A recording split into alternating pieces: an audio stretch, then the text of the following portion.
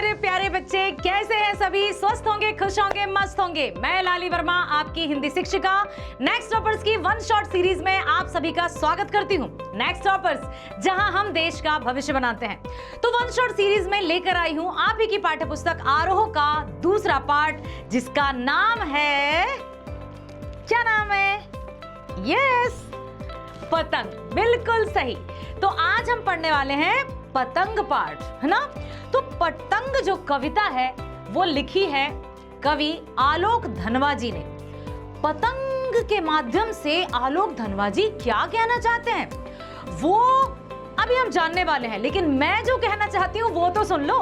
अपने दोस्तों को, अपने जो भी रिलेटिव्स हैं, अपने क्लासमेट्स, उन सबको तो बता दो भाई कि पतंग की उड़ान शुरू हो चुकी है, वन शॉट सीरीज स्टार्ट हो चुकी है। हाँ, ऐसा ना हो कि कहीं पीछे छूट जाओ, क्योंकि छुक छुक गाड़ी चल चुकी है, ट्रेन हमारी स्टार्ट हो चुकी है ना? वन शॉट सीरीज में चैप्टर 2 पर हम पहुंच चुके हैं। इसी तरह से हम अभी कहानियां भी करेंगे, अभिव्यक्ति और माध्यम भी करेंगे। इसलिए आप अपने अपने फ्रेंड्स को जरूर ये बताना कि वन शॉट सीरीज इसी चैनल पर स्टार्ट हो गई है, वे भी देखें, और जो भी उनके टेस्ट होंगे, परीक्षाएं होंगी, प्री बोर्ड्स होंगे, उसमें आप बहुत अच्छे से हिंदी में परफॉर्म कर सकें। तो अब हम चलते हैं, सबसे पहले हम जानते हैं कवि आलोक धनवा जी के जीवन परिचय को। आलोक धनवा जी का जन्म हुआ था सन 1948, मुंगेर, बिहार। प्रमुख रचनाएं हैं, पहली कविता का आदमी 1972 में प्रकाशित, उसके बाद भागी हुई लड़कियां, ब्रूनो की बेटियों से प्रसिद्ध दुनिया रोज बनती है, एकमात्र संग्रह है। प्रमुख सम्मान, राहुल सम्मान, बिहार राष्ट्रभाषा परिषद का साहित्य सम्मान, बनारसी प्रसाद भोजपुरी सम्मान, पहल सम्मान आदि इनको प्राप्त हो चुके हैं। जहां नदियां समुद्र से मिलती हैं, ध्यान से सुनिएगा, गौर फरमाइएगा, जहां नदियां समुद्र से मिलती हैं वह मेरा क्या है मैं नहीं जानता, लेकिन एक दिन जाना है उधर। ये उन्हीं की रचना, ठीक है? तो सबसे तेज बौछारें गईं, भादों गया, सवेरा हुआ। कौन सी बात चल रही है? बात चल रही है कि जब बरसात का महीना जो रहता है वो कब से शुरू हो जाता है? आषाढ़। कितने महीने होते हैं? 12। हिंदी के महीने जानते हो आप? आषाढ़ से नहीं, चैत्र से शुरू होते हैं। चैत्र, वैशाख, ज्येष्ठ, आषाढ़, सावन, भादों, क्वार, कार्तिक, अगहन, पोष, माघ, फागुन। तो आषाढ़ से रिमझिम बरसात शुरू हो जाती है। आषाढ़ के बाद आता है सावन, और सावन में रिमझिम रिमझिम बरसात होती है। फिर भादों आते आते रिमझिम कम हो जाती है। तो वही बताया है, सबसे तेज बौछारें गई, भादों आ गया, सवेरा हुआ।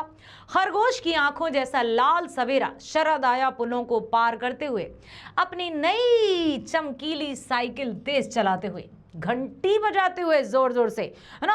आपने सुनी ना, साइकिल मारी सरर जाए, टन टन टोकरी बजावती जाए, डोसी माँ आगा खसो नहीं तो पड़ी जसो।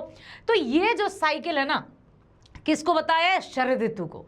अब बिल्कुल बरसात के बाद अब गुलाबी गुलाबी ठंड का थोड़ा सा आगमन होने ही वाला है, क्योंकि आषाढ़ गया, सावन गया, भादों गया, अब आया है क्वार। क्वार मतलब सर्दी, शीत ऋतु का आगमन।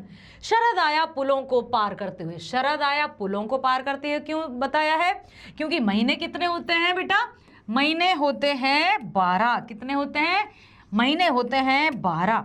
और जब 12 महीने होंगे तो हम एक अच्छा सा सर्कल बना लेते हैं। कैसे कलर का बना लेते हैं? येलो बना लेते हैं, ठीक है? एक बड़ा सा सर्कल दिखाई दे रहा है क्या? रेड बना लें, हम बनाएंगे रेड, ठीक? अब हम रेड सर्कल बना लेते हैं। एक और हम बड़ा सा सर्कल, अच्छा ठीक है, ऐसा करके ऐसे इसको डिलीट कर देते हैं, इसको भी डिलीट कर देते हैं, ठीक? तो अब क्या हुआ कि यहाँ जो 12 महीने हैं ना, 12 महीने जो है ना, वो इस तरह से ऐसे 4, 6, 8, 10, 12। तो ये मान लो चैत्र का महीना है। चैत्र, वैशाख, ज्येष्ठ, आषाढ़, सावन, भादों, क्वार, ये आया आपका क्वार का महीना, ठीक है? तो क्वार से क्वार का महीना आने तक एक पूरा सत्र गुजर जाता है ना, एक पूरा साल गुजर जाता है, तो उसी को पुल कहा है कि सारे पुलों को, सारे मौसमों को, सारे वेदर को पार करते हुए फिर वो आ गया है शरद का महीना। शरद आया पुलों को पार करते हुए, अपनी नई चमकीली साइकिल तेज चलाते हुए, घंटी बजाते हुए, जोर जोर से चमकीले इशारों से बुलाते हुए पतंग उड़ाने वाले बच्चों के झुंड को। अब अगस्त, सितंबर, अक्टूबर, नवंबर, दिसंबर, जनवरी में आ जाती है फिर मकर संक्रांति भी आती है। मकर संक्रांति पे तो आपको पता ही पतंगबाजी होती है, बहुत मजा आता है। तो शरद का किस तरह से कवि ने यहाँ पर वेलकम करते हुए बताया है कि शरद आते ही छोटे छोटे बच्चे अपनी पतंग उड़ाने लगते हैं। ओ माय गॉड, कितने प्यारे बच्चे हैं, है ना। जो हमारी कविता है ना, स्लाइड बनाती है, मस्त बनाती है एकदम। तो अब यहाँ पर हम कहें कि शरद का वेलकम कर रहे हैं, छोटे बच्चे अपनी पतंग उड़ा रहे हैं। और यहाँ पर कवि आलोक धनबाजी सिर्फ पतंग के बारे में ही नहीं कहना चाहते, वो ये कहना चाहते हैं कि इन छोटे छोटे बच्चों के अरमान क्या है, पतंग को सबसे ऊंचा उड़ाना। मतलब उनको लगता है जितनी ऊंची मेरी पतंग जाएगी, मतलब उतने ही ऊंचाई पर मेरे सपने जाएंगे। तो पतंग के माध्यम से कवि यही कहना चाहते हैं कि हमारे सपनों के लिए हमें दिन रात एक करना होता है, मुश्किलों को नहीं देखते, परेशानियों को नहीं देखते। ये छोटे छोटे बच्चे भागते जा रहे हैं, कांटे चुभ रहे हैं, जमीन कड़क है, कहाँ कहाँ जा रहे हैं, लेकिन फिर भी उनका ध्यान सिर्फ अपने लक्ष्य पर है। ठीक है, चमकीले इशारों से बुलाते हुए, आकाश को इतना मुलायम बनाते हुए कि पतंग ऊपर उड़ सके। जितनी ऊंचाई पर पतंग जाएगी उनको लगता है ये मैं उड़ रहा हूं, पतंग के साथ साथ ये मेरी आकांक्षाएं हैं, ये मेरा लक्ष्य है। दुनिया की सबसे हल्की और रंगीन चीज उड़ सके, दुनिया का सबसे पतला कागज उड़ सके, बांस की सबसे पतली कमानी उड़ सके, कि शुरू हो सके सीटियों, किलकारियों और तितलियों की इतनी नाजुक दुनिया। आप देखो जरा छत से, ओहो ये क्या हुआ, नहीं नहीं नहीं, वो गिरा नहीं था, वो बच गया था, बच गया था, वो गिरने वाला था लेकिन बच गया था। तो सबके सब भाग रहे हैं, सबके सब भाग रहे हैं, उन्हें नहीं पता कि कहाँ से जा रहे हैं, कहाँ जा रहे हैं, कांटे हैं, पत्थर हैं, कंकड़ हैं, उनको सब ऐसा लग रहा है कि बस सब कुछ अच्छा है, क्योंकि ध्यान कहाँ है, उनका ध्यान तो अपने लक्ष्य पर है। जन्म से ही वे अपने साथ लाते हैं कपास, पृथ्वी घूमती हुई आती है उनके बेचैन पैरों के पास, जब वे दौड़ते हैं बेसुध, छतों को भी नरम बनाते हुए। देखो, छतों को भी नरम बनाते हुए। ये ठीक है, हाँ ये गिरा नहीं है, गिरा नहीं है बेटा, ये गिरने वाला था। उन्होंने ये बताया कि मान लो गिर जाते तो, लेकिन नहीं गिरे, अपने आप को उन्होंने संभाल लिया। ठीक उसी तरह से हमें भी कठिनाइयों से घबराकर एकदम हार नहीं माननी है, अपने आप को धैर्य के साथ संभालना है। और आपके अपने बड़े, आपके अपने पेरेंट्स, हम टीचर्स हमेशा ही आपके साथ हैं, तो डरना नहीं है, घबराना नहीं है। दिशाओं को मृदंग की तरह बजाते हुए, मृदंग जानते हो, ढोलक की तरह एक होता है, जब वे पैंग भरते हुए चले आते हैं डाल की तरह लचीले वेग से, अक्सर छतों के खतरनाक किनारों तक उस समय गिरने से बचाता है उन्हें सिर्फ उनके ही रोमांचित शरीर का संगीत। गिरे गिरे गिरे, बच गए बच गए बच गए, उनको मतलब वो भूल जाते हैं कि भाई उड़ रही है पतंग, जा रही है यहाँ वहाँ, लेकिन अपने आप को वो संभालते हैं। पतंग की धड़कती ऊंचाइयां उन्हें थाम लेती, महज एक धागे के सारे, हाँ हाँ आ गई आ गई आ गई, काट दिया, दूसरी पतंग को काट दिया, मजा आ गया।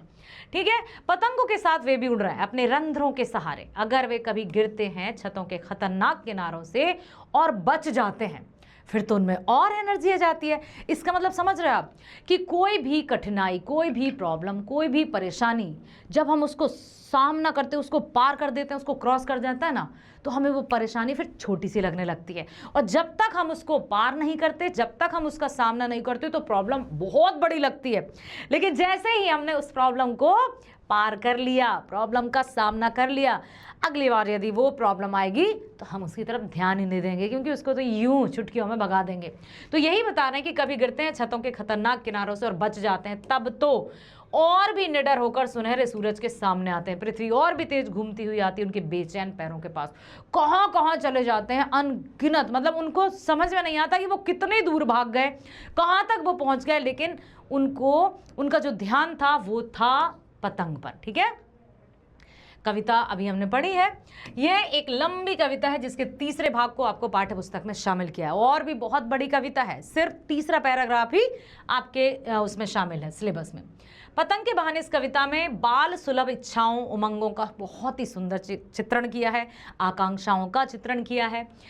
सावन के महीने में आने वाली तेज बारिशें चली गई, भादों का महीना भी गया। सावन भादों के महीनों में आसमान बादल छाए रहते, लेकिन शरद ऋतु के आते ही आसमान हो जाता है एकदम साफ, स्वच्छ, निर्मल।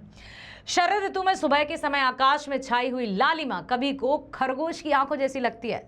शरद ऋतु में जब सूरज उगने वाला होता है और सूरज उगने से पहले जो आकाश में लालिमा छाई रहती है, ऐसा लगता है खरगोश की आंखें देखी ना, वाइट खरगोश है, उसकी लाल आंखें, तो ऐसा ही लगता है। हाँ, अब पिछले साल की शरद ऋतु के जाने से साल की शरद ऋतु के आने तक कई ऋतुएं बीती हैं। इन्हीं को ऋतुओं को कवि ने पुल का नाम दिया है। शरद ऋतु में मौसम एकदम सुहाना हो जाता है, जिसे देखकर बच्चों के समूह पतंग उड़ाने के लिए अपने घरों से बाहर निकल आते हैं।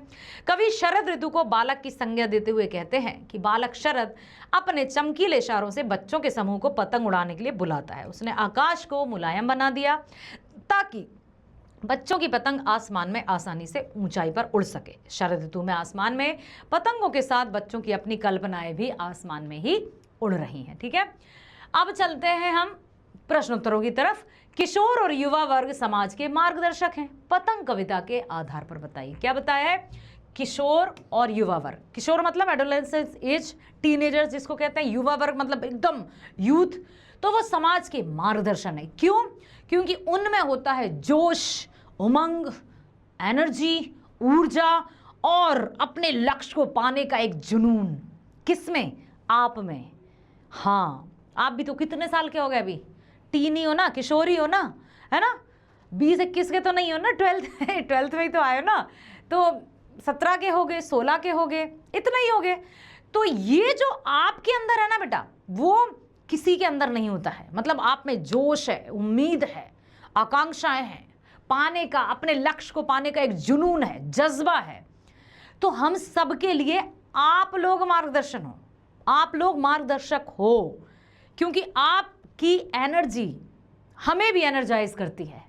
तभी तो मैं हमेशा आपसे कहती हूँ ना कि कुछ भी हो रहा हो, मुझे घर में कुछ भी हो रहा हो, लेकिन जैसे ही मैं आप लोगों के सामने आती हूँ ना, सारी तबीयत वबीयत अपने आप अच्छी हो जाती है, अपने आप जोश हो जाता है, अपने आप एनर्जी हो जाती है। यही तो है शक्ति, जादू, द पावर। किशोर युवा वर्ग में क्षमता व इच्छा शक्ति चरम सीमा पर होती है। वे स्वयं अपना लक्ष्य निर्धारित करते हैं, उसको पाने के लिए हर संभव कोशिश करते हैं, लगे ही रहते हैं जब तक कि लक्ष्य प्राप्त ना हो जाए। इनकी आंखों में आसमान की ऊंचाइयां पाने के सपने होते हैं। बड़ों की बच्चों की क्षमता, उनकी सलाह को भी ध्यान में रखना चाहिए। और ये बात सही है, हमेशा ये नहीं कि भाई हम बड़े हैं तो सिर्फ हम ही आपको कहेंगे ये करो वो मत करो। हम भी आप लोगों से बहुत कुछ सीखते हैं और ये रियलिटी है, ये वास्तविकता है। ठीक है, तो आपको कुछ अच्छी बात यदि बताना हो तो कमेंट सेक्शन में ज़रूर बताना, जो ग्रहण करने योग्य होगी तो हम उसको अपनाएंगे। ठीक है, ये वादा है आपका लाली मैम का। पतंग कविता का प्रतिपाद्य लिखिए कि पतंग कविता के माध्यम से क्या कहना चाहते हैं कवि। पतंग के बहाने बाल सुलभ इच्छाओं को और उमंगों का उन्होंने बहुत सुंदर चित्रण किया है। बालकों के जो क्रियाकलाप होते हैं, जो एक्टिविटीज होती हैं, वो प्रकृति में आए परिवर्तनों को अभिव्यक्त करने के लिए सुंदर बिंबों का उपयोग किया है। कि जब प्रकृति में तरह तरह के परिवर्तन आते हैं, ठीक है, सावन गया, भादों ना, अभी हमने देखा था ना कि किस तरह से, तो अपन देखो 12 महीने होते हैं, कौन कौन से, ठीक,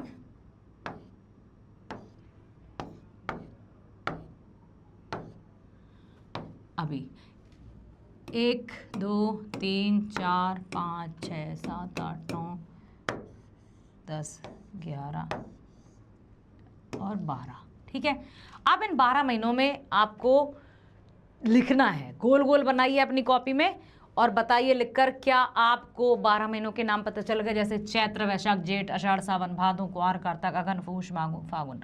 चैत्र के बाद फिर नया, तो आप गोले गोले बनाकर उनमें हिंदी के महीनों के नाम जरूर लिखना। तो यहाँ पर पतंग बच्चों की उमंगों का रंग बिरंगा सपना है। आसमान में उड़ती पतंग ऊंचाइयों की वे हदें हैं जिन्हें बालमन छूना चाहता है। बच्चे पतंग उड़ाकर महसूस कैसा करते हैं, उन्हें कैसा लगता है, कैसा लगता है भाई? और वो तो इतने खुश हो जाते हैं, इतने खुश हो जाते हैं, भूख प्यास दुख दर्द सब कुछ भूलकर बस शामिल हो जाते हैं। ये है जुनून। वे अपनी इच्छाओं को पतंग की तरह विस्तार देते हैं। वे चाहते हैं कि उनकी आशाएं इसी पतंग की तरह विस्तार पाती रहें। बच्चे किसी भी अन्य चीज़ को उस समय कोई वैल्यू नहीं देते, कोई महत्व नहीं देते। उनके लिए सिर्फ और सिर्फ जब पतंग उड़ाते बच्चे को सिर्फ लगता है कि ये पतंग ही मैं हूँ, जितनी ऊंचाई पर मेरी पतंग होगी मतलब मैं उतनी ऊंचाई पर पहुँच रहा हूँ। तो पतंग के माध्यम से आपकी आकांक्षाएं, आपकी इच्छाएं, आपकी उम्मीदें, आपकी उमंग, आपका जोश, आपकी एनर्जी के बारे में कवि ने बहुत अच्छे से बताया है। पृथ्वी का प्रत्येक कोना बच्चों के पास अपने आप कैसे आता है? भाई बच्चे जब पतंग उड़ाते हैं तो उनकी पतंग सबसे ऊंची जाए, पतंग के माध्यम से सारे ब्रह्मांड में घूम लेना चाहते हैं, वे कल्पना की रंगीन दुनिया में खो जाते हैं। इसलिए उनके लिए पृथ्वी का प्रत्येक कोना अपने आप चला ही आता है, मतलब सारा कुछ घूम लिया, बिल्कुल पूरा कुछ घूम लिया। अर्थात पतंग उड़ाने के लिए बच्चों को जमीन की कमी पड़ जाती है कि बस इतना ही नहीं हो। जैसे खेलते हुए आप भी तो खेलोगे ना बचपन में, जब हम खेलने जाते हैं तो वो बहुत बड़ा ग्राउंड भी हमें छोटा लगता है कि बस इतनी ही दूरी तक, इतना ही, मतलब ऐसा लगे इतना छोटा, क्योंकि हमारी उमंगें, हमारी आशा, अपेक्षाएं, लक्ष्य बहुत बड़े हैं। पतंग कविता में चित्रित यादों के बीत जाने के बाद प्राकृतिक परिवर्तनों का वर्णन करिए। भादों के महीने में होती है तेज वर्षा। क्या होती है? भादों के महीने में तेज बरसात होती है, यहाँ पर भादों, और बौछारें पड़ती हैं। बौछारें जाते ही भादों का जो महीना होता है वो समाप्त हो जाता है। इसके बाद आता है क्वार को अश्विन भी कहते हैं। इसके आते ही प्रकृति में तरह तरह के परिवर्तन आ जाते हैं, क्योंकि अब शीत ऋतु का आगमन हो रहा है। प्रकृति में चारों तरफ हरियाली, सूर्य भी ऐसा लगता है कि नया, क्योंकि अब बरसात में तो सूरज बिल्कुल लुक्का छुपी बहुत हुई, ऐसे सामने आ जाओ ना, आता ही नहीं सूरज, दिखाई नहीं देता। तो अब बरसात के बाद सर्दियों का महीना जब आता है तो सूरज भी एकदम चमकीला सा, सुंदर सा, उसकी धूप भी अच्छी लगती है। गुलाबी ठंड में सूरज की धूप में बैठना कितना अच्छा लगता है। तो वो सब बताएगी। सूरज भी ऐसा बिल्कुल नया सा दिखाई देता है। आसमान एकदम नीला हो जाता है, साफ, हवा तेज चलने लगती है। सूर्य की प्रातःकालीन जो लालिमा है वो बढ़ जाती है। किशोर और युवा वर्ग हम ऑलरेडी कर चुके हैं, ठीक है। तो ये थी हमारी आलोक धनवा जी द्वारा रचित कविता पतंग के माध्यम से क्या बताया है कि जिस तरह छोटे छोटे बच्चे जब पतंग उड़ाते हैं और पतंग उड़ाते हुए सब कुछ भूल जाते हैं, उन्हें बहुत बड़ी पृथ्वी भी ऐसे लगती कि छोटी है, असीमित आकांक्षाएं, असीमित लक्ष्य। इसी तरह से आपको भी कोई भी परेशानी, प्रॉब्लम, उस पर ध्यान देना ही नहीं है। आ रही है ना, उसको क्रॉस करते, उसको पार करते हुए आगे बढ़ना है और अपने लक्ष्य की ओर पहुंचना है, ठीक है।